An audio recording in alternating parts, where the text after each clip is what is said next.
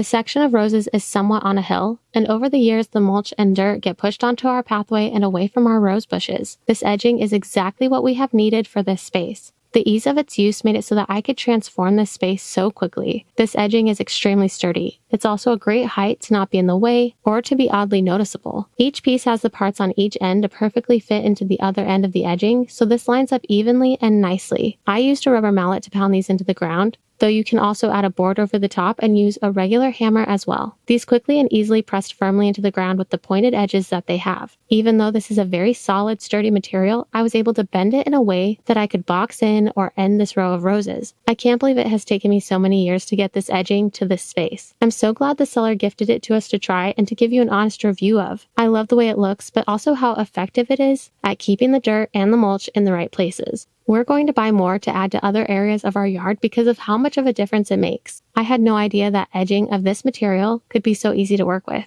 This landscape edging is great, and we highly recommend it.